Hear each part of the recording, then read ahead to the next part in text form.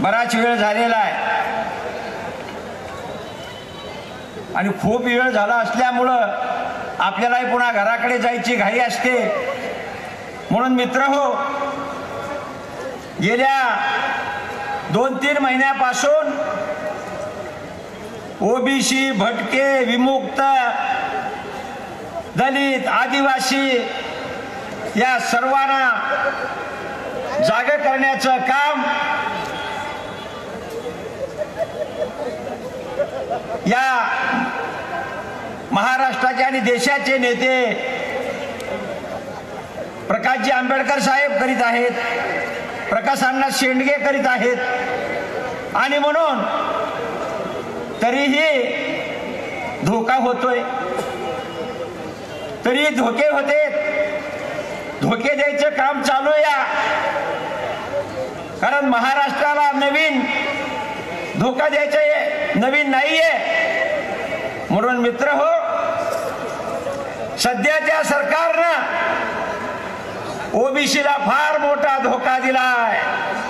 OBC, भटक्या, विमुक्ताला सर्वांना एससीना फार मोठा धोका दिलाय की जे बाबासाहेबांच्या घटनेमध्ये बसत नाहीयेत असे 57 लाख ओबीसीचे प्रमाणपत्र देण्याचं काम या महाराष्ट्र सरकारनं केलेलं आहे. काय चाललंय या राज्यामध्ये? कुणी बी यावर टिकली मारून जावं. वारे वा राज्य, वारे वा माणसं. अरे तुम्ही ज्याच्यासाठी तिथं आहात, शेतकरी असेल, शेतमजूर असेल, दलित असेल, अल्पसंख्याक असेल, या समाजाचं प्रतिनिधित्व करण्याचं सोडून तुम्ही धनदांडग्या आणि जात दांडग्यांचं प्रतिनिधित्व करू लागलेला आहात, हा माझा आरोप आहे. आणि म्हणून आता हे चालणार नाहीये. अरे एवढं असताना सुद्धा कोण कुठला ते जरांग्या,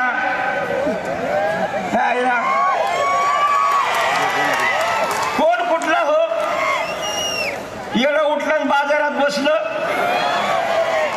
काल ते उठलं पळायला लागले, उपोषणला बसलेलं.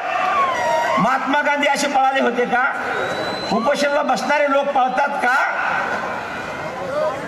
अरे तुला आंदोलन जर कळत नसेल तर कशाला त्याच्या फांद्यात पडतोस? का त्याच्यामध्ये गेलास? कळतच नसेल तर जायचं नाही ना.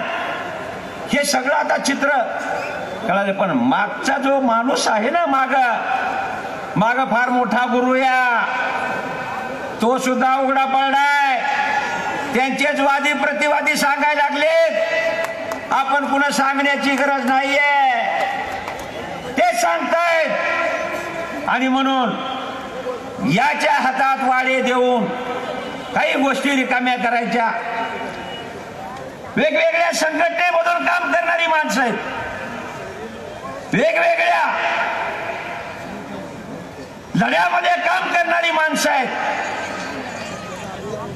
त्याच्यामध्ये सुद्धा ओबीसी मधला हा लक्ष्मणराव लटपटे हा सुद्धा ओबीसीची चळवळ चालवतो, मोठ्या प्रमाणात चालवतो.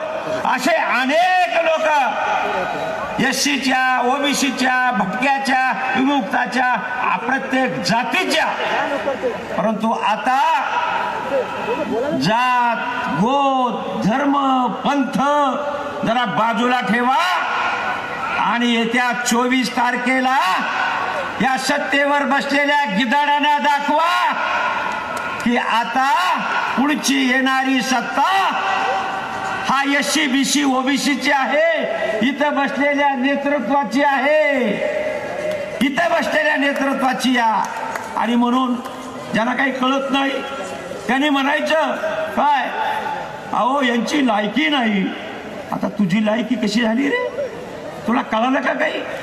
उपोषण कळत नाही आणि तू आमची लायकी काढतो. अरे बहिर्जी नाईक कोण होते? रामोशी. कान्होजी उमरे कोण होते? कोळी. रामोशी भांगरे कोण होते? आदिवासी.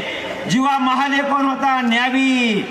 लहुजी वस्ताद कोण होता? मातंग. मल्हारी मेहतर कोण होता? मुस्लिम.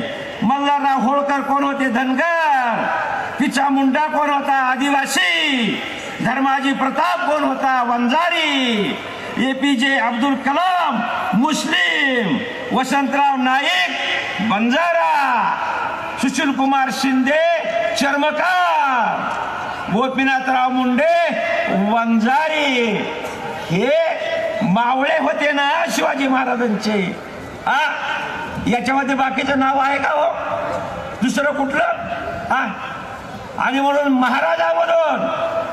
महाराजामध्ये जगदाडे महाराज, तेली, नामदेव महाराज, शिंपी, गोरा कुंभार, कैकाडी महाराज कैकाडी, संत रोहिदास चर्मकार, संत सावता माळी, संत कबीर मुस्लिम, संत चोकोबा महार, संत भगवान बाबा वंजारी. यांच्या लायकी नाहीत का रे बाबा? यांना लायकी नाही का यांच्या? आणि तू आमची लायकी काढतो. अरे एकीकडे विचार केला तर आपल्याला कळायला पाहिजे की आपण कुणाविषयी बोलावं, कुणाविषयी काय म्हणावं. अरे या डॉक्टर बाबासाहेब आंबेडकरांनी या देशाला घटना दिली, लायकी नाही. अरे त्याच्यावर पूर्ण देश चालतो ना. तू उपोषणला त्याच्यावरच बसतोस ना, आणि पुन्हा आमची लायकी काढतो का? याद राख, हे लक्षात ठेव. आणि आता तुला कळत बी नाही, वळत बी नाही, तरी आता तुला तुझ्या हातात मी सांगितलं, माड्याच्या सभेमध्ये सांगितलं होतं. तेव्हा प्रकाशजी आंबेडकर साहेब होते, प्रकाशांना शेंडगे होते. मी सांगितलं याच्या हातात ऊसाचं वाडं दिलंय, ऊसाचं. ऊस काढून घेतलाय आणि पुढचं वाडं येड्याच्या हातात वाडं, आणि फिरलं परत आलं त्या वाशीवरून घराकडं. अरे वा, अरे तुला काही कळत नाही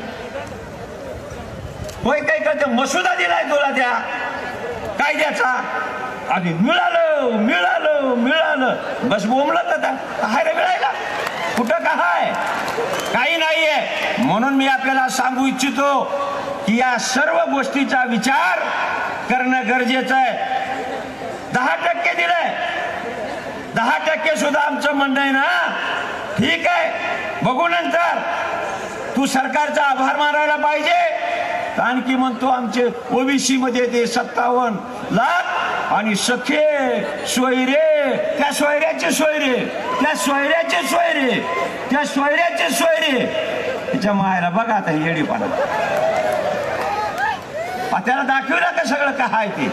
आणि म्हणून मी सांगू इच्छितो की सगळ्या गोष्टीचा विचार करावा पाहिजे. आपल्याला कळत नाही तर त्या नादात जायला नाही पाहिजे. अरे नाचवणारे तुला भरपूर आहेत, त्यांनी नाचवलं तुला, आम्हाला माहित आहे, आणि तुम्हाला बी कळालेलं आहे कोण नाचवलंय ते. म्हणून मित्र हो, असल्या ह्या लबाडांच्या नादाला लागू नका. या सरकारनं सुद्धा फसवलंय, या शिंदे सरकारनं फसवलंय, या फडणवीस सरकारनं फसवलंय, या अजित पवार सरकारनं फसवलंय. आणि म्हणून एक लक्षात घ्या, तेच खरे आपले कर्दनकाळ आहेत.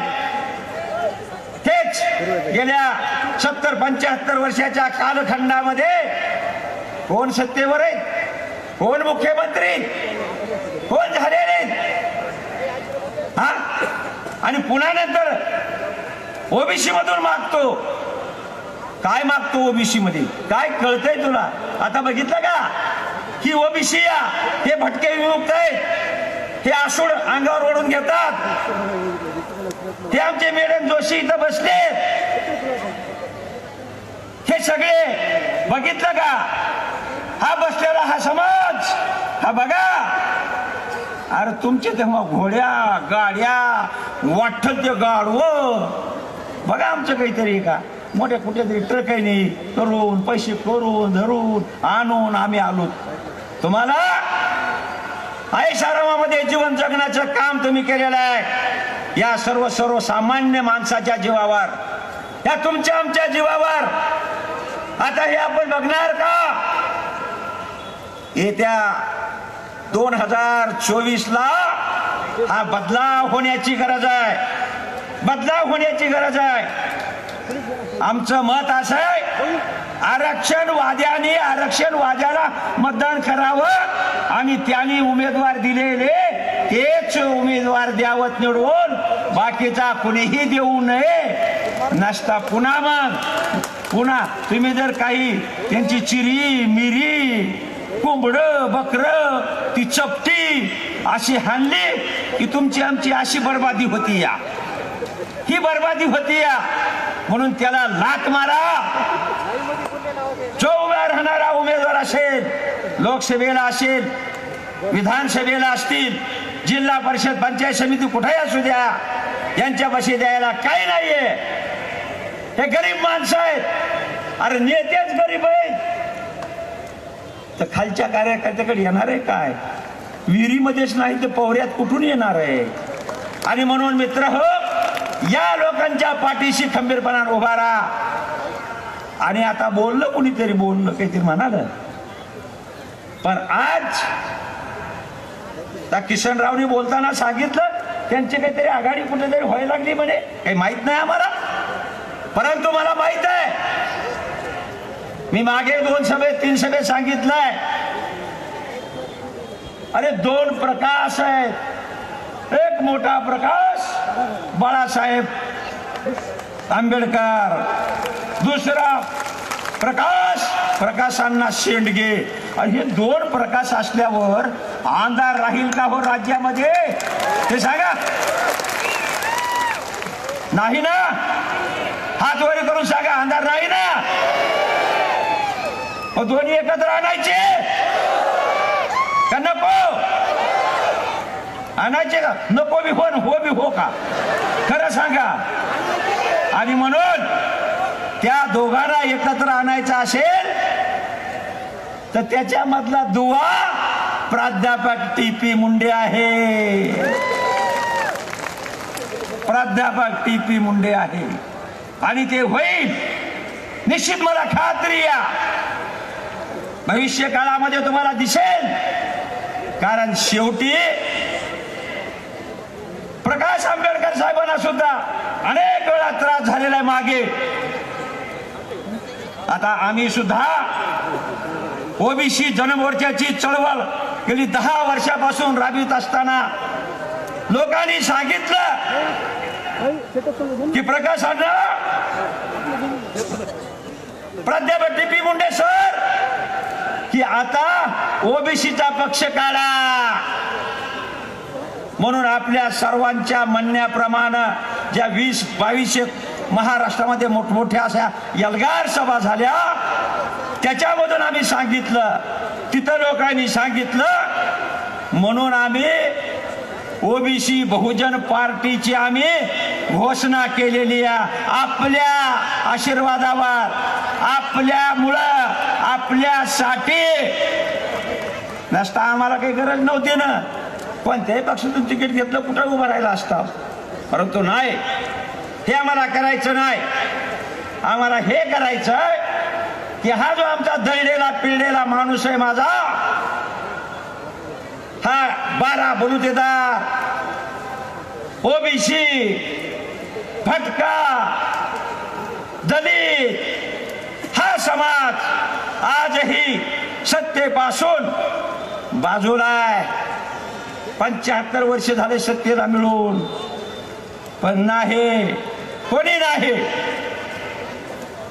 नाही झालेलं. आणि म्हणून आता पुढचा काळ आपलाय, त्याच्यासाठी जागे राहा. आणि म्हणून एवढंच मी आपल्याला सांगेन की आता तुम्ही इकडे तिकडे कुठे हलू नका. कुणाच्या म्हणण्यावर इकडे तिकडे भीक घालू नका. पुन्हा दिलेले 10-5 हजार 1 महिना 2 महिने हे होते. परंतु डॉक्टर बाबासाहेब आंबेडकरांनी तुम्हाला आणि मला, सर्वसामान्य झोपडीत राहणाऱ्या माझ्या माणसाला आणि देशाच्या पंतप्रधान राष्ट्रपतीला एकाच मताचा अधिकार दिलाय. कसा चमत्कार आहे बघा. बाबासाहेबाच्या या चमत्कारामुळं हे देशातली ही राज्य उलथून टाकण्याची ताकद बाबासाहेबांच्या दिलेल्या या मतदानामधून आहे, एवढंच मी आपल्याला सांगू इच्छितो. बंधूंनो, बाबासाहेबाला विसरू नका, महात्मा ज्योतिबा फुलेंना विसरू नका, अशा या महान विभूतींना विसरू नका. आणि येत्या 24 तारखेला म्हणजे 2024 लोकसभा विधानसभा येणाऱ्या सर्व निवडणुका याच्यामध्ये हे असलेलं सरकार भुईसपाट करा आणि नवीन जे आमची आघाडी येईल त्यांना आपण आशीर्वाद द्यावा, एवढीच आपल्याला विनंती करतो आणि थांबतो. जय ओबीसी.